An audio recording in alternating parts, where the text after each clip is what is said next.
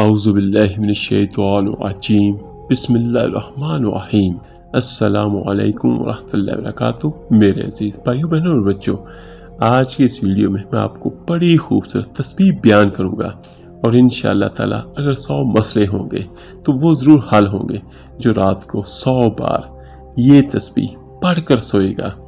اگر کوئی بھی میرا بھائی بہن مشکل میں ہے، پریشانی میں ہے، تو صرف 100 مرتبہ یہ تسبیح پڑھ لے، ابھی رات کو یا صبح 100 مرتبہ، انشاءاللہ اس کے 100 بھی مسائل ہوں گے، اور اگر 100 پریشانیاں بھی ہوں گی تو ضرور دور ہوں گی، اور اگر 100 حاجات ہوں گی تو ضرور پوری ہوگی۔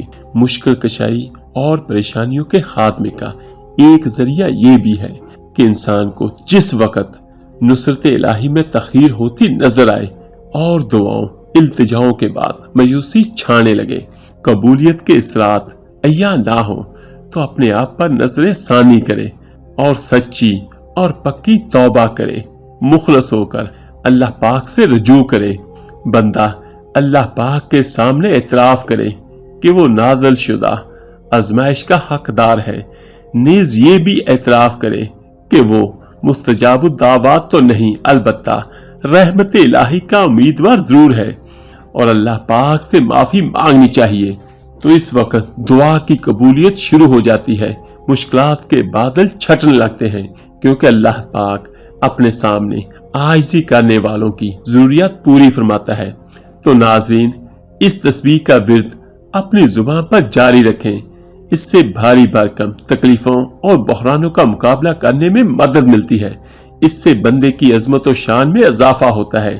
اللہ پاک سے ہی مدد طلب کرتے ہیں اور اسی پر بھروسہ کرتے ہیں۔ یہ تسبیح ہے لا حول ولا قوت الا باللہ۔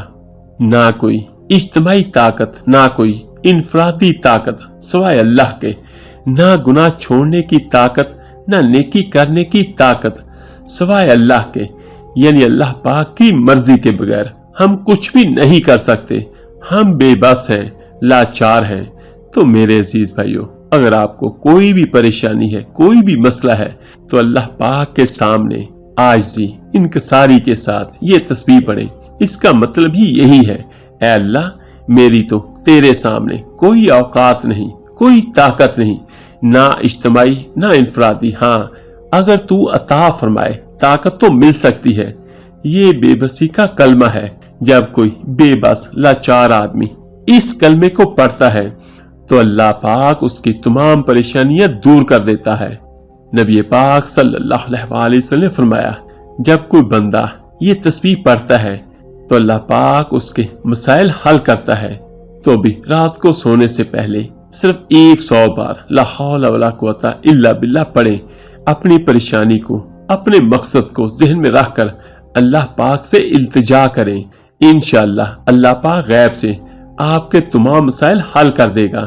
اللہ پاک اپنی طاقت سے آپ کو طاقت دے گا، اللہ پاک اپنی قوت سے آپ کو قوت دے گا۔ یہ وہ تسبیح ہے جو کمزور کو طاقتور بنا دیتی ہے۔ اس تسبیح کو آپ لازمی پڑھیں۔ ایک تسبیح صبح پڑھیں، ایک تسبیح رات کو سونے سے پہلے پڑھیں، اور چلتے پھرتے بھی اس تسبیح کو لگاتار پڑھیں۔ وضو ہو تو زیادہ بہتر ہے، بغیر وضو ہو تو تب بھی پڑھیں۔ کوشش کریں زیادہ سے زیادہ چلتے پھرتے بھی اس تسبیح کو پڑھیں۔